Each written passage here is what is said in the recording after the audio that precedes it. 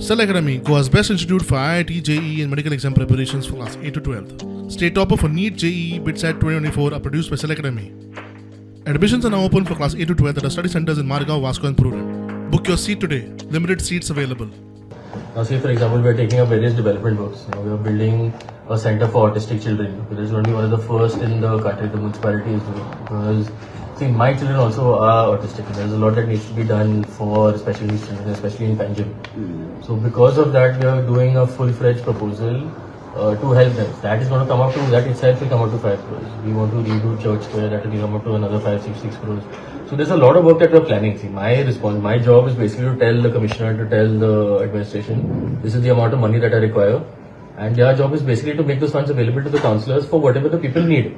In terms of these budgeting issues and all, the opposition can bring it up with the thing and they can give their replies. See, it depends on each individual project. See, I have told him at least this year to keep around 25 crores available, just in case for any, the main projects will always be there.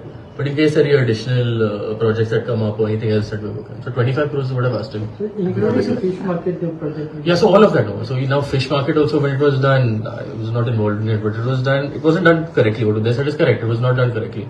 So we are redoing that entire thing. We want to make sure it's done properly. We want to redo the main vegetable vending area also. Now those vendors are sitting in that same place for a lot of things. So we want to do pest control. We want to do a lot of stuff that will basically bring improvement. Market roof has to be replaced.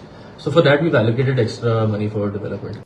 Yeah, so today we had a budget meeting. So we have presented a surplus budget this year. It has been same like the previous years, what we have been doing. And the focus is on development of the city also. Many new projects also which the corporation is initiating.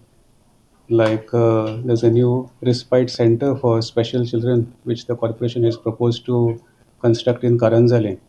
So we have made provisions for that. There is beautification of the church square also, which is going to happen.